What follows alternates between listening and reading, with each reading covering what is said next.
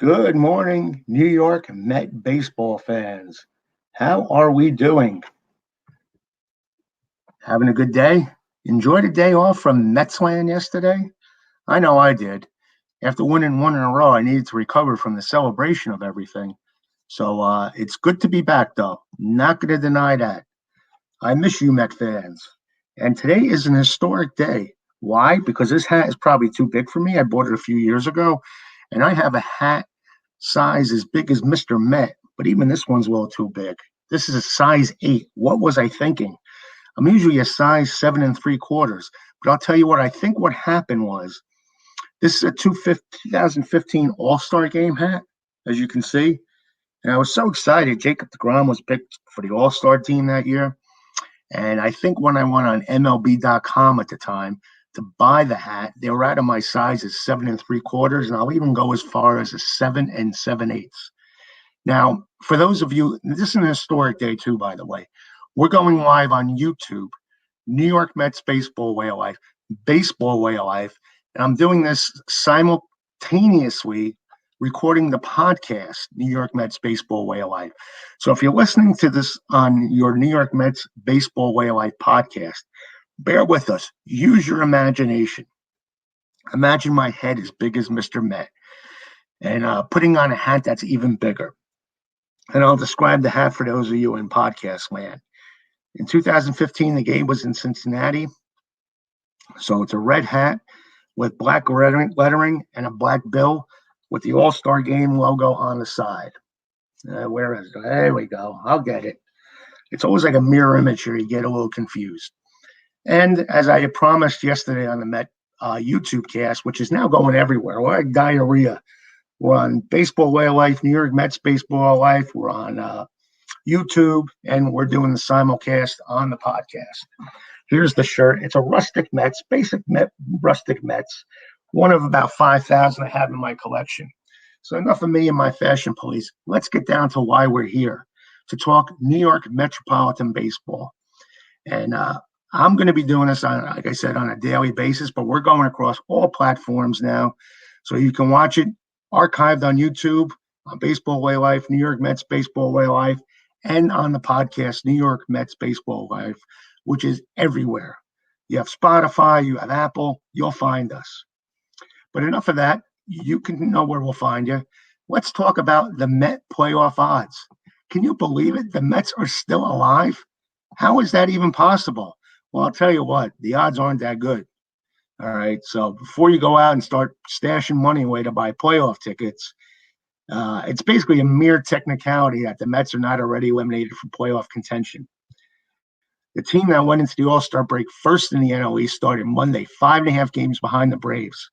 A combined 9 Met losses and our Braves wins will eliminate them from the division. And my friends, it's not any better when it comes to the wild card race. The Mets are 7 games behind the Cardinals for the second wild card spot, and 7 combined Met losses or Cardinal wins will put the Mets wild card dream to bed. With 12 games left on the Mets schedule, if you don't want to hear this, please close your ears. The dream is over. But like I said, it's still a mathematical possibility. So never give up. Like I always say, where there's hope, there's dope. But can a team they're chasing melt down in positively Metsian fashion like the Mets have done in the past? October baseball still technically is possible in Queens. Here's how. The Braves could play a makeup 162nd game against the Rockies if the NL East is still up for grabs then. The Mets schedule looks like this. The Mets have 2 games with the Red Sox beginning tonight, 3 games with the Brewers, 4 games with the Marlins, and 3 games with the Braves. Now, the Braves schedule is Diamondbacks 4 games, Padres 4 games, Phillies 3 games, and Mets 3 games. Now, the Phillies schedule looks like this. Orioles 3 games, Pirates 4 games, Braves 3 games, Marlins 3 games. Now, the Mets can't hope just sweeping the Braves and Marlins will save them. They might actually be mathematically eliminated by then. The first thing, are you ready for this? I got your notepads in case you want to look at this tonight when you're watching a game. The first thing that could save them is sweeping the Red Sox and Brewers at the same time the Braves and Phillies lose their next 7 games. Yes, It can be done. That would put the Mets in first with 2 series to go. The Mets could then make the playoffs without having to win their series against the Marlins if the Phillies beat the Braves in their 3-game series. The Mets beat the Braves in their 3-game series finale, and the Marlins beat the Phillies in their season finale series. That would finish the Mets at 524, 85, and 77. The Braves at 77 and 84, and the Phillies at 79 and 86 on the season. Okay, you're probably saying, Stan, you're smoking dope. What the hell is going on? Well, slightly more riskily, if the Mets win 3 of 5 games against the Red Sox and Brewers, they can afford just one more loss, either against the Marlins or the Braves, to finish in first. If the Braves win no more than 3 games and the Phillies win no more than 6 games, that includes the Phillies sweeping the Braves and the Marlins winning against the Phillies.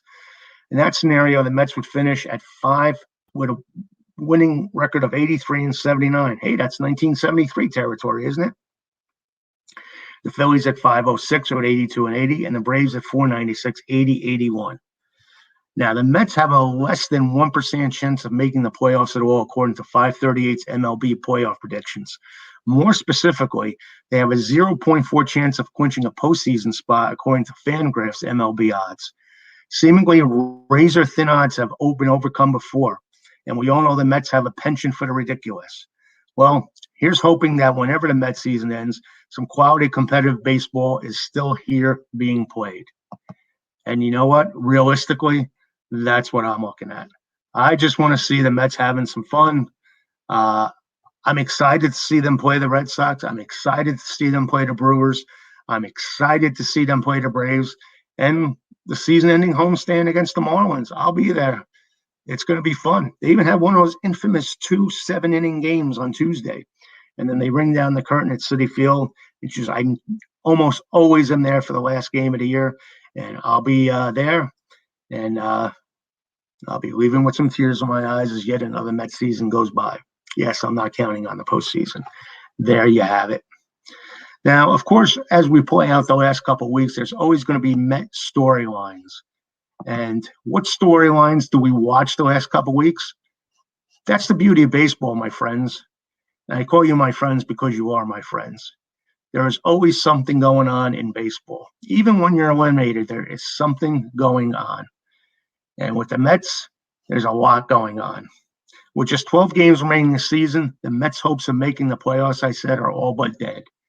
And at 73 and 77, the Mets' deficits in the NL East and wild card races are so large that it would take a miracle to climb out of the hole they've dug. But that doesn't mean there are lots of intriguing things to watch along the way.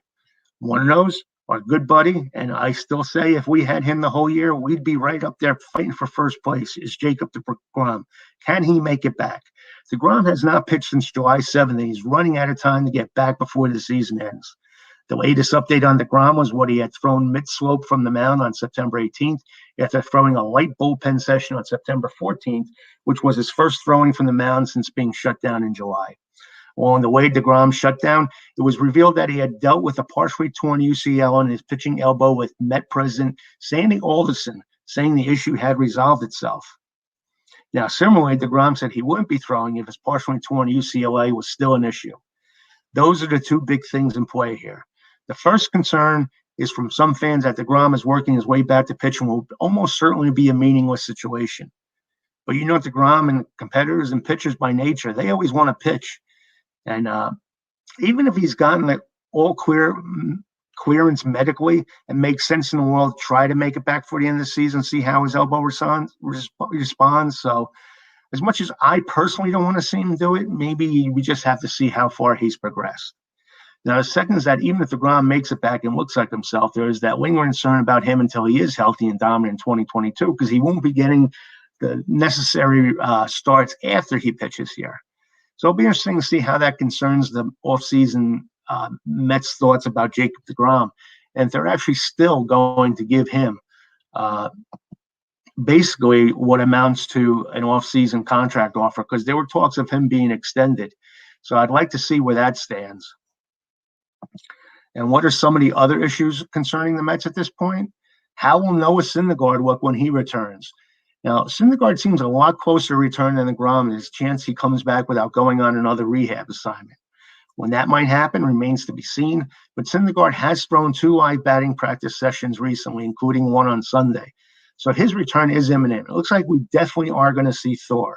So get out the whatever we call those Thor things. Yeah, the Thor things. And get ready to see some Thor action. I probably won't pitch much when he does return. How will he look? Well, that remains to be seen. Syndergaard said a few weeks ago before his rehab was paused due to testing positive for COVID-19. That's what really set him back. He'd probably be pitching for right now if he didn't get the COVID-19 whammy on him. That he would avoid throwing sliders and curveballs this season and getting advice from doctors. So if you're a hitter, just step in and look for that old number one. There's going to be no Uncle Charlie's coming from Noah. It's going to be power against power. Now, during his recent bullpen session, Syndergaard has been throwing a fastball changeup combination with his fastball reaching the mid-90s. The expectations remain that Syndergaard will return in a bullpen role this season where his 2-pitch repertoire could play up. But it's almost definite from what I'm reading and, well, not hearing. It's not like I have inside sources. I'm not Ken Rosenthal over here. He will almost always be a starting pitcher in 2022. And how he looks upon his return in 2021 could play a big role in determining whether the Mets make him a qualifying offer. And I think the Mets are going to do that. And I think it's in Thor's best interest to get the $18 million and just throw lights out next year. Now, Javi Baez has been doing it all. I remember John Stern, so when he used to do net games, he would say he's doing it all. Well, Javi Baez has been doing it all for the Mets. I mean, he's having that kind of year that Cespedes had in 2015, except the Mets just aren't winning the way they did when Cespedes hit. But the Baez trade came at the deadline, and he had a well-earned reputation as a free swinger. And while Baez, oh boy, I hate when you do a live broadcast and you have to sneeze. Sorry, everybody, including podcast people. I feel it coming. Yeah, there you go. My first sneeze on a live YouTube cast. How about that, folks? And while Baez will still expand the zone at times and remain strikeout prone, his plate discipline has improved since joining the Mets and has become more selective. Now, Baez, who would have thought this when they got him? He has 11 walks in 37 games as a Met after drawing 15 walks in 91 games with the Cubs earlier this season. Now, could it be he's being selective, or the pitchers are just being more careful with Baez because there's less powerful bats around him? We'll have to dig deep on that one. He's also struck out less with 37 Ks in 40 games, which is good.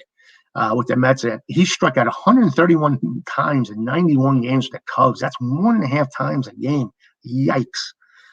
And now it certainly appears that Baez's selectivity has been by design, and Baez reduces his swing and miss while becoming more picky at the plate.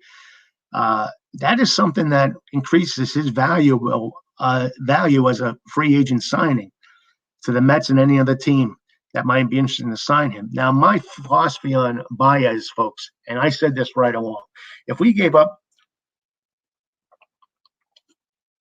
Pete Crow Armstrong, who was the first round pick of the Mets, the number 4th overall, to get him, you can't have Baez. You were looking at this term, I don't care what the Mets say, as a long-term deal. You got to sign him long-term. Otherwise, the trade should have never been made. Now, originally, Lindor's second base partner was going to be Jeff McNeil, but if they send Baez, what's going to happen with Jeff McNeil? Now, like most of his position players, and let's face it, DeGrom going down and some key position players not having their usual years are the reason why we're not going to be playing October playoff baseball. And McNeil has slumped down to 252, 318 OB on base percentage, and 364 slugging with 7 homers and 18 doubles in 111 games. Now, those of you who've been listening to the podcast know that I'm a big Jeff McNeil fan, and I still say it's going to be revealed he was hurt in some way. There's no way he regresses as much as he did this year. There's something bothering him. To just lose his power and his ability to get hits, there is something bothering him. But while McNeil has had a frustrating 2021, there's every reason to believe that's a blip on the radar after he hit 319, 383, 501. And 1,024 plate appearances between 2018 and 2020. The good thing about McNeil is he is versatile, and he is entering his first year of arbitration this offseason, so it should be an absolute no-brainer that they bring him back. What about Luis Rojas? Now, I know you guys aren't big fans of Luis Rojas, the majority, and I'm a little disappointed too. He really goes too much by these books and percentages, and then when he doesn't, it backfires on him, so he can't even play the book correctly. And the moves, the cheers are very few and far between. There's more disconcert. It's people more disconcerted about Rojas, and they've been booing him the last few weeks. Let's face it. And the Mets playoffs hopes have faded, and Rojas really hasn't done anything to help save them with some of the moves he's made.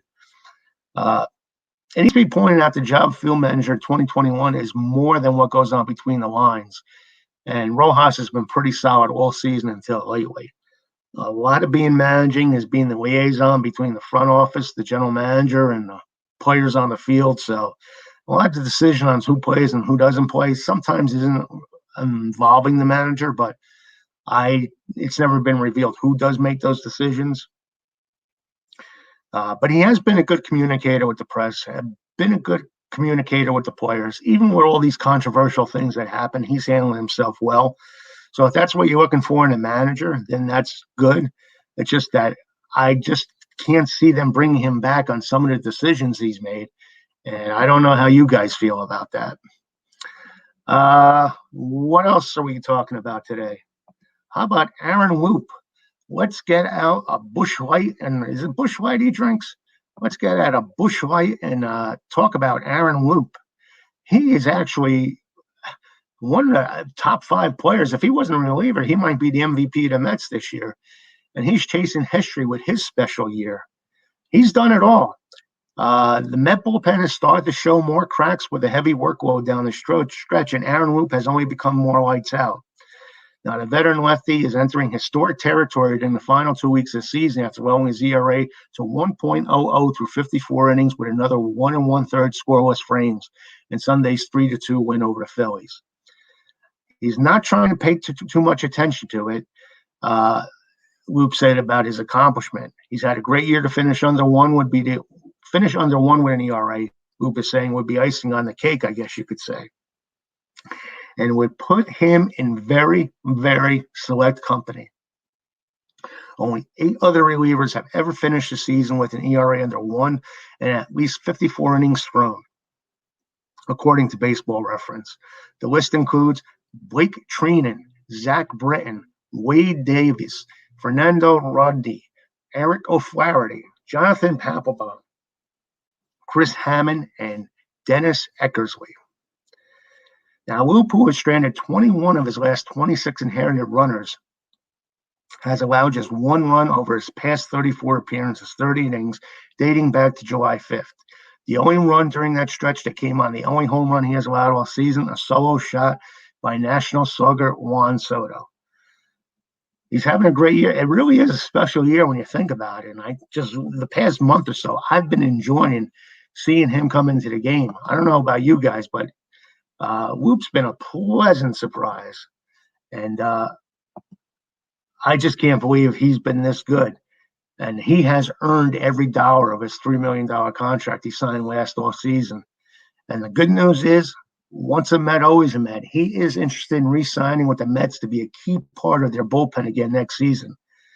Now, Loup is 33, so that's going to be an issue as far as giving him big bucks, but he would love to come back. He's had a blast playing with the Mets all year, and there's no reason for him to come back. And since he isn't the ace, it's worth a shot to bring him back, if you ask me. You can't go wrong with Brandon Loup. Now, what can we talk about else in Metland? How about Steve Cohen? Yes, Steve Cohen. What is going on with him in his Twitter world? Did he expect all this to happen as far as he was concerned? It's hard to say.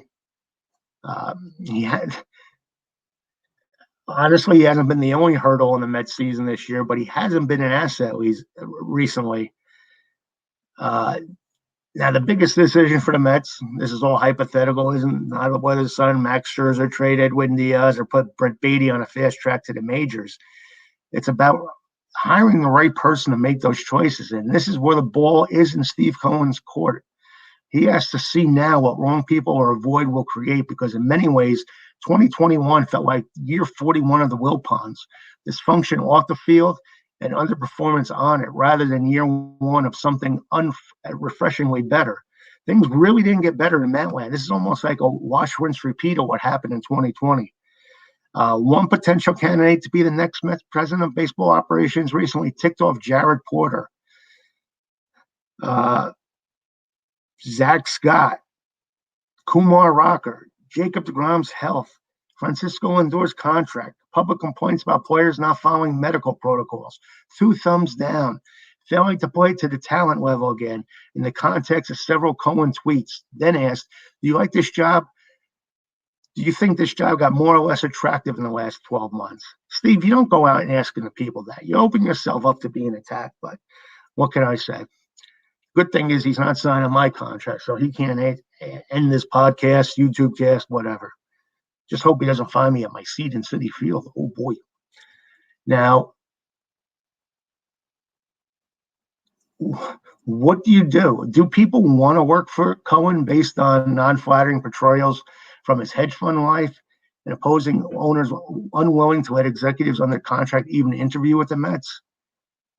Without access to the perceived best and brightest, Cohen did not want to fill the job just to fill it.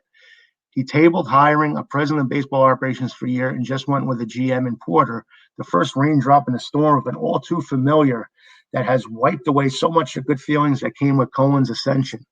Cohen, of course, needs time to fumigate the old and learn the new, but he's at a pivotal moment of ownership already. The job must be filled. These cannot be another delayed handoff to Sandy Alderson. Cohen is too smart to notice. And let's face it, he is like us in a way. He definitely is like us in a way in the fact that he's a fan. He's a fan first and foremost. And when you're a fan, you get frustrated. And I think that's the thin line there where he just can't be frustrated. And that's why everyone's talking about bringing in the big guys, Stearns, Billy Beane, maybe Mike Chernoff, Derek Falvey. And Theo Epstein is the easiest path, but Epstein does not work for a team, so Cohen could reach out directly. But I don't think this will be an Epstein-only process. Stearns, for example, they wanted him last year. We have great interest again. He's born and raised in Manhattan. He grew up a Met fan and actually was an intern for the team. Now he has a small market team, the Brewers, in the playoffs for the 4th straight year, which is friggin' amazing. And the Mets have never done that 2 straight in their history. So imagine what he could do with the right bankroll and just get things going for the Mets. The sky could be the limit. Now, Brewer owner Mark Antanasio is said to be extremely fond of Stearns and hates the concept that smaller teams should be executive training grounds for the bigger ones. So it is possible that once again he's going to deny access. But the Bronx-born Antanasio also could decide, say, this is a legitimate dream of Stearns not to be an obstructionist while also deriving something for his franchise. Now, Cohen, a big fan of the 69 Mets like me, should revisit history. After the 67 season, the Mets traded Bill Dennehy to the Washington Senators. That was Gil Hodges. And the Mets won the 69 World Series. In February 2012, the Cubs sent reliever Chris Carpenter to the Red Sox as compensation for hiring Boston's GM as their president of baseball operation. And guess who that was? That was Theo Epstein, who constructed the 2016 champion Cubs. So if the Brewers ask for McNeil or Tyler McGill or something like that for Stearns, or the A's do for Beane, what will Cohen do? I say go for it. Those players are always replaceable. Now, Cohen admitted that owning the Mets has taken him out of his more reclusive comfort zone, and that's intoxicating. How many knew Mark Cuban before he owned the Mavericks despite his business success, or George Steinbrenner, or even Cohen? So the ego becomes bigger and you become more of a public figure when you're the actual owner of a team. So we have to see how Cohen handles that. Who knows? He may even be on Shark Tank before you know it, or probably something on CNBC with stock trading. Who knows? But Cohen has to know that from trying last offseason that today's baseball executives are paid lavishly, even in small markets. They have created living environments for families in which they are comfortable, that they have accumulated power to run baseball operations in their vision.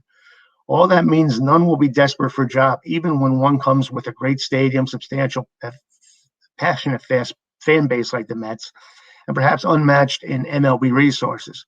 It also comes with Cohen. So the top candidates have been Cohen as much as vice versa. It should be interesting. And I think they're going to get a good man. I just don't know who that man is going to be. And we'll see what happens. It's going to be a fun off season. But the thing is, with Cohen, he can only tweet up to 280 characters, where someone like me could just blab on and on about the situation with my little broadcast here. Now, enough about the current Mets. Today was a significant day in Met history. This was the return of baseball to New York after the 9/11 situation. And this is a day that we will always, always remember. And let's face it, it's the moment that Mike Piazza will always be remembered by most. Now, on this legendary night, Friday, September 21st, 2001, baseball returned to New York City for the first time since the tragic attacks of 9/11. 41,235 fans came out to Shea Stadium on a very emotional night of baseball in support for both New York City as well as America. Before the game, there was a moving ceremony honoring the victims of 9/11. Now, the starting lineups for the Braves that day were Marcus Giles, second base, leading off; Julio Franco, playing first base, batting second; Chipper Jones, left field, batting third; Brian Jordan, playing right field, batting fourth; Ken Caminiti, playing third base, batting fifth; Andrew Jones, batting sixth, playing center field; Javi Lopez, catching, batting seventh; Ray Sanchez, batting eighth, playing shortstop; and Staten Island native, and what a thrill it must have been for him to pitch in this game, Jason Marquis, batting ninth. For the Mets, we had Matt Walton. Who remembers Matt Walton? He was right field, batting leadoff; Edgardo Alfonso, batting second, playing second; Mike Piazza, catching, batting third; Robin Ventura, batting fourth, playing third base; Tsuyoshi Shinjo, left field, batting fifth; Todd Zeile, first base, batting sixth; Jay Payton, batting seventh, playing center; Ray Ordonez, batting eighth, shortstop; and Bruce Chen, pitching for the New York Mets. Now, this would have been a big game otherwise, because the Mets and Braves were big rivals in this time of Met history. And both teams lined up from home plate down the baselines during an emotional national anthem sung by singer Mark Anthony. Also during that evening ceremony, Diana Ross sang God Bless America, and Liza Minnelli sang New York, New York. There were special honored guests on hand: New York City firemen, policemen, and other emergency workers. On this night, New York City attempted to get back to some kind of normal routine, and it began with playing some baseball. After the ceremonies, the two teams shook hands, hugged each other, and proceeded to play ball. The Mets, 75-73, entered the game in third place on a hot streak, just 4.5 games back of the Braves, 79-68. The reigning NL champion Mets were indeed back in the pennant race. It was their best stretch of the season. They had won 10 out of their last 12 games and 20 of their last 26 games. Met manager Bobby Valentine sent Bruce Chen to the mound to face off against a native New Yorker, Atlanta's Jason Marquis. Now, leadoff batter Marcus Giles drew a walk, but was erased on a line drive double off the bat of Julio Franco. In the bottom of the first, Mike Piazza fiddling got the first hit of the game, a double to left field. Now, in the visiting fourth, the Braves' Chipper Jones singled and scored on a Ken Caminiti double, and it was 1-0 Braves. But the Mets came right back in the bottom of the inning as Mike Piazza doubled for the second time in as many at-bats. Robin Ventura single, and Tsuyoshi Shinjo hit a sacrifice fly, scoring Piazza to tie it at 1. Now, the two pitchers allowed just one run before both getting relieved in the seventh inning. The Mets' native New Yorker, Johnny Franco, go Johnny, go, came in and retired the first two batters of the eighth inning, but then he gave up a walk to Julio Franco and a single to Chipper Jones. Bobby Valentine came to the mound. Franco was relieved by Armando Benitez. Benitez surrendered the go-ahead run on a double to Brian Jordan. Now, in the bottom of the eighth inning, Atlanta's Steve Carsey came in to pitch. Carsey, another native New Yorker, was born in Flushing, Queens, just a baseball throw over to Shea Stadium. He then attended high school in Middle Village, Queens, New York. Now, Matt Walton led off with a ground out to short. Carsey then walked Edgardo Alfonso. Desi Relaford came in to pinch run, and the Mets' best hitter, Mike Piazza, came to bat.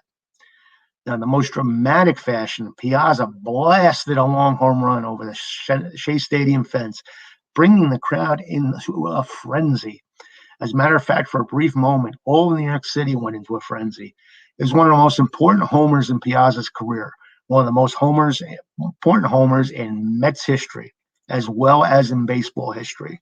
It was more than just a homer. more than just putting the Mets ahead. The homer meant so much to the city of New York and America as a nation. Met broadcaster Howie Rose may have put it best when he said he saw firefighters smile as Piazza rounded the bases. There's no doubt that man lost friends, colleges, and maybe even family members on that tragic day of 9/11. But how this home run in a game of baseball made him happy and forget his troubles for at least a moment. Somehow it did, I should say.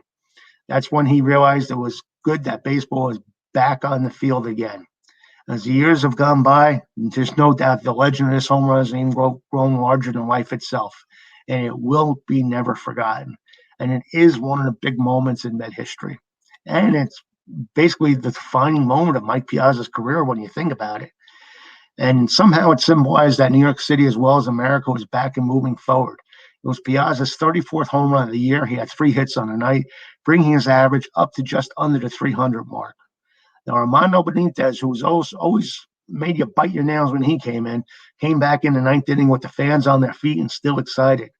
Javier Baez led off with a single, and everyone held their breath as Armando was at it again. Well, this night, even he came through. He struck out B.J. Surloff and closed out the 9th inning by striking out Gary Matthews Jr. Now, the Mets had a dramatic 3-2 victory and pulled even closer to the Braves. The Mets won 5 straight and got to win 3 games in Atlanta, but then they eventually lost 6 and 9 and fell out of the race.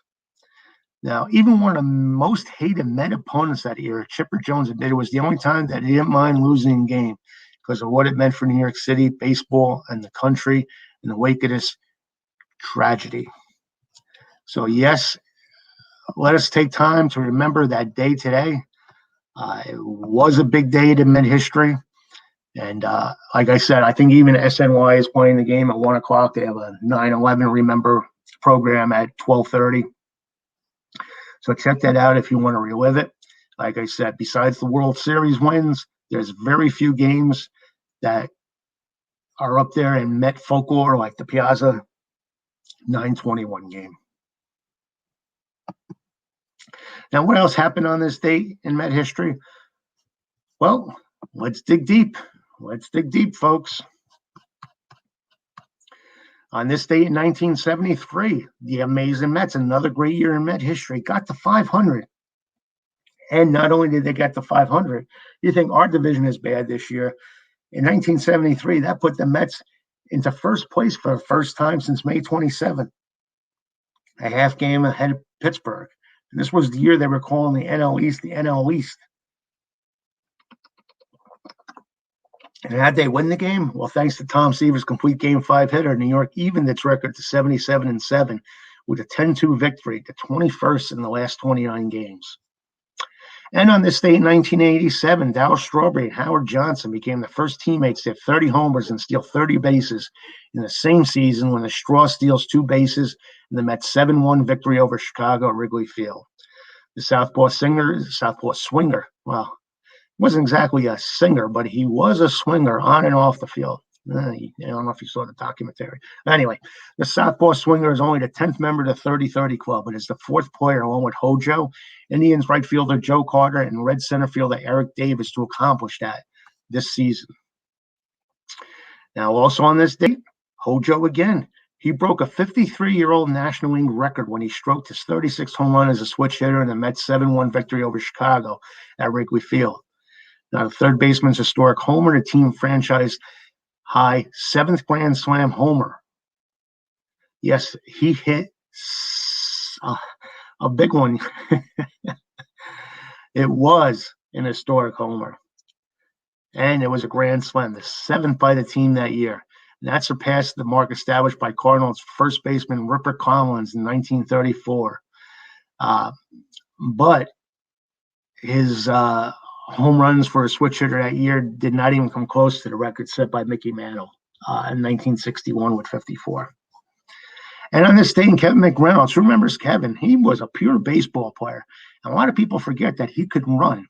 And on this date in 1988, McGrath stole his 21st and final base of the season when he swiped second base in the 5th inning of the Mets' 4-3 victory over the Phillies at Chase Stadium.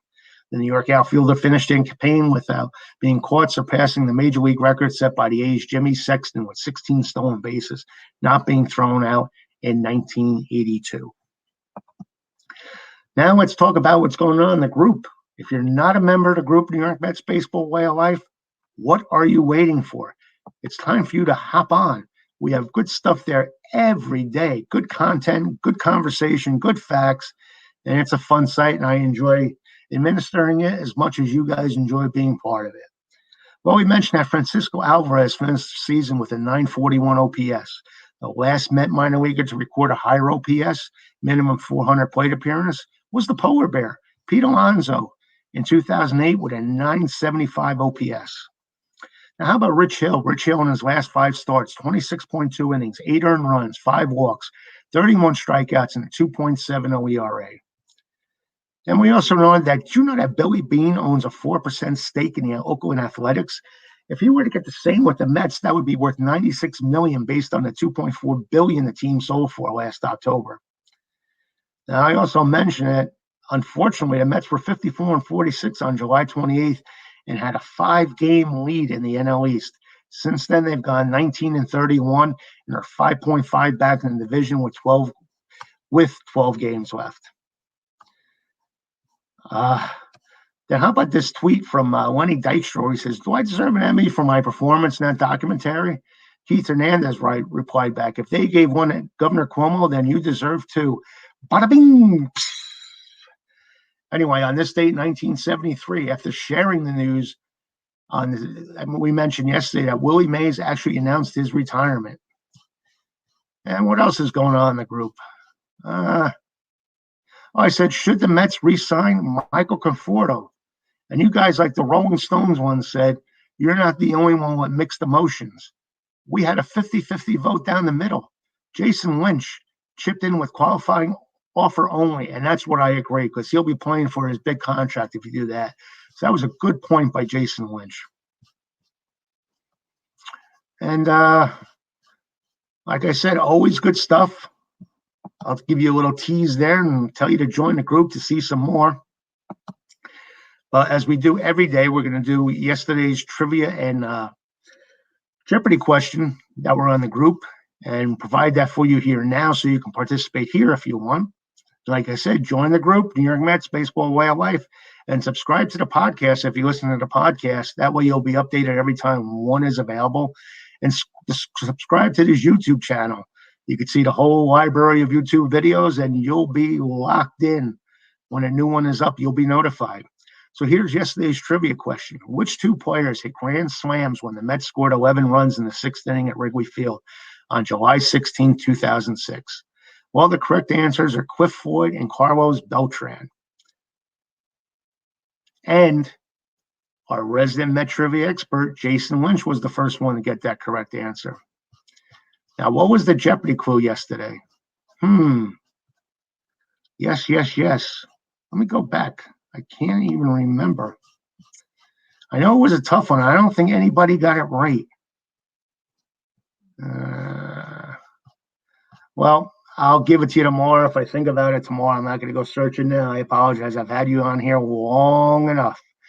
But anyway, again, I want to thank you all for listening on whatever platform you're listening to. We're all over the board right now. We cover all the territories. Podcast, YouTube, New York Mets Baseball Way of Life, Baseball Way of Life. We're there for you. Anyway, here is where the Mets are tonight. They are in Boston. Is this the night that the 7 line's going to the game? I forget.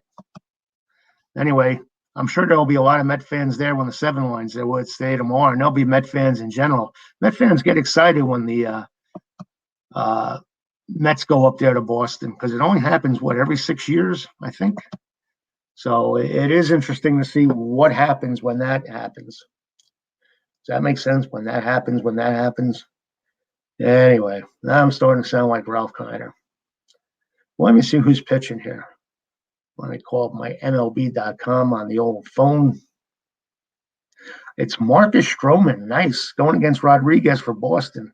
Stroh needs some support. He's 9-12 with a 2.88 ERA. He could use better support. And Eduardo Rodriguez, he's one of the big arms for the Red Sox, but his stats aren't that good. He has a high ERA, 5.00, but he is 11-8. So with those Red Sox bats, you do get support. So that'll be the big game there. And again, I want to thank all you guys for participating. Always feel free to leave comments. Please like the YouTube cast or leave comments afterwards or suggestions for the next podcast, YouTube cast. We're, like I said, we're all over. We're doing this simultaneously. It's being recorded for the podcast. It's being recorded for New York Mets Way of Life. It's being recorded for Baseball Way of Life. It's being recorded for YouTube. I'm not going to go through the whole litany again. Whatever venue you want to watch it on, I'm happy with it as long as you guys are watching. But we'll be back tomorrow to talk about everything exciting in the Met world, and hopefully we'll talk about the happy recap from the Mets against the Red Sox today. So again, a tip of my 2015 Met All-Star Game cap to you. Thanks for watching, and we'll talk again tomorrow. Enjoy the day. It's a beautiful weather here today in New York. Nice in the 70s, sunny, and enjoy the day, whatever you do. But hopefully you'll be able to watch the Mets, and we could talk about it more tomorrow. Have a great day, folks.